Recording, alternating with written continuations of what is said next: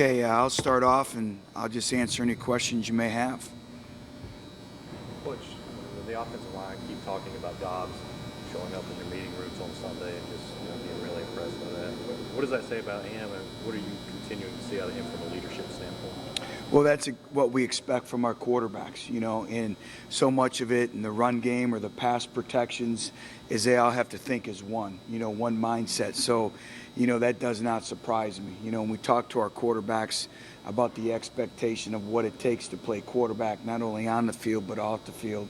And, Josh, like we talked about, poised beyond his years. And, he understands the importance of that. But it's also about building relationships.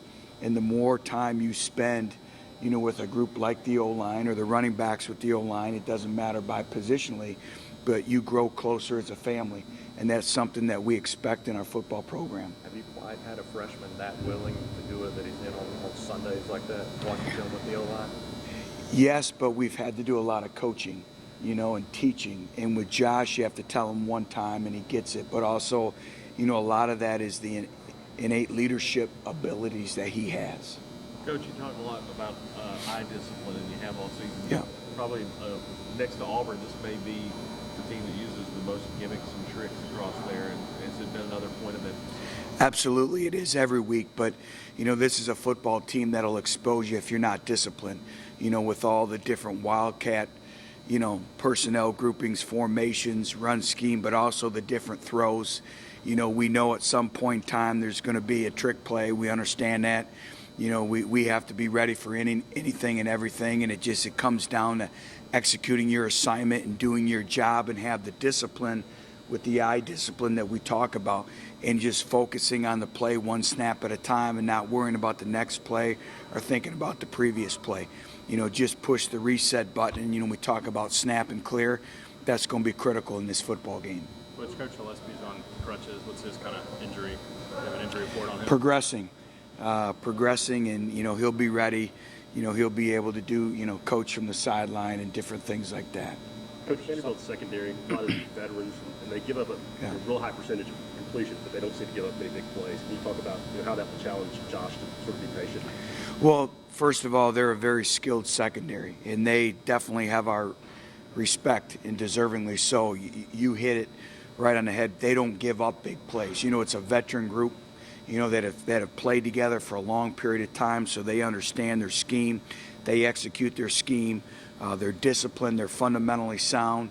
And the other thing is they're very, very good tacklers. They don't miss tackles, and they don't give up big plays. So they force you to be perfect. And so what we have to do is take what they give us, and we have to execute. They force offenses to execute, and we talked about it in the press conference yesterday, is it's hard to play perfect and drive the football methodically, especially against them. So it's going to be a great challenge, not only for Josh, but for our receivers. Overall, how do you think your offensive line has performed just in terms of dealing with the expectations from the start of the season? Well, I think they've had a ton of expectations, and very deservingly so, but, I think that they have performed well at times. We've challenged them with their overall physicality, but I believe we're on track right now. We're 100 and some odd yards away from having the most successful rushing season we've had since 2004 here. And I don't think that we've helped them in terms of, big plays, big plays from the perimeter outside, our offense at the skill positions, but also, big explosive plays from the run game. So I think they've done a good job.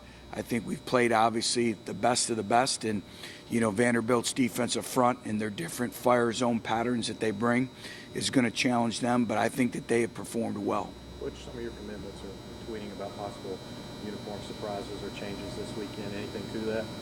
Well, we always revisit our uniforms, and that's just kind of standard, and we're going to wear the grays. So it's a night game, so we'll wear the gray uniforms. Coach Jordan Matthews, kind of a different player, but so much success at Vanderbilt. Could you just talk about the challenge he presented? Many challenges. Great player. We found about him as a coaching staff in the Liberty Bowl, and explosive, a playmaker. and they do a great job of feeding him the football. They're going to find every way to manufacture touches for him. They move him around, which makes it obviously very challenging in your defense.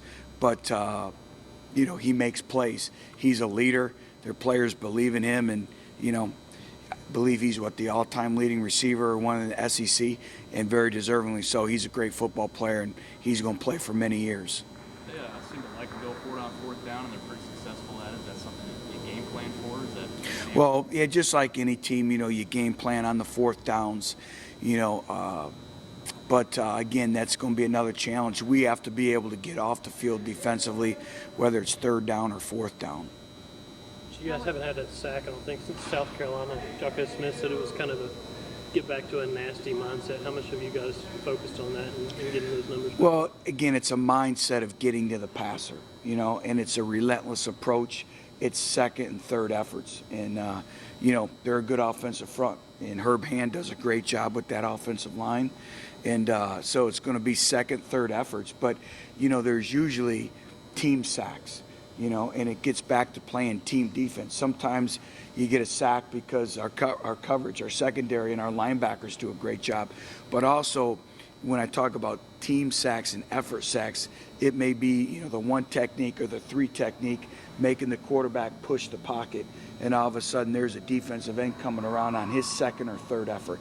So it all goes back to playing with great effort and strain and mentality to get to the quarterback. And we've been challenged because also, we've played teams with athletic quarterbacks. It's hard when, we talked about South Carolina. Auburn threw the ball 7 times. So the overall thing is just being able to impact the quarterback. We talk about that every week.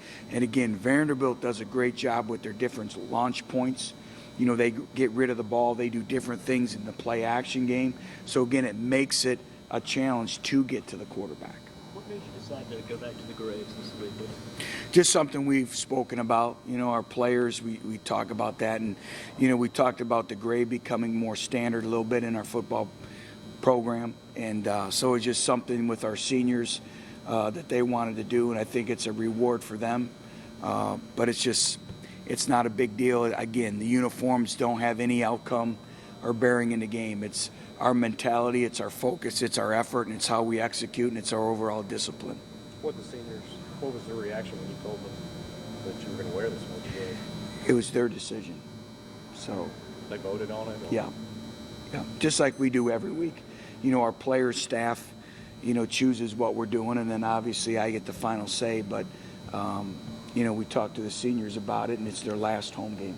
Unanimous vote? Yeah.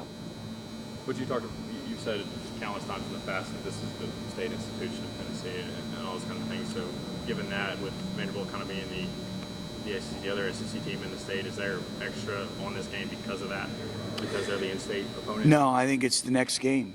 We're trying to get to win number 5. We're trying to continue to build our football program, and that's another brick. It's another step in what we're working towards, and it's a great opportunity for our seniors. Last home game, it's a great opportunity, national television, playing Neyland Stadium, one of the greatest college football venues in the country. But it's just another part of developing and building our football program. It's taking the emotion out of it for these players, just kind of taken care of with the, regimented practice and going through the process. I'm sorry. It's taking the emotion out of it for the players, so they're not so emotional about senior night at Vanderbilt. Yeah, we talk about not being emotional. We talk about energy and passion. And, you guard against that, that everything is coming to an end for these young adults, and it's not time for emotions. It's not time to reflect on the past. You do that in February. We have a couple games left, and you have to focus on the task at hand, and, it's another game. And you'll be able to go back and reflect on that for years to come, but now's not the time and the place. So we have to go back to every individual being accountable for their actions, being accountable for doing their job and what it takes to play winning football. All right, thanks, guys. Thank you.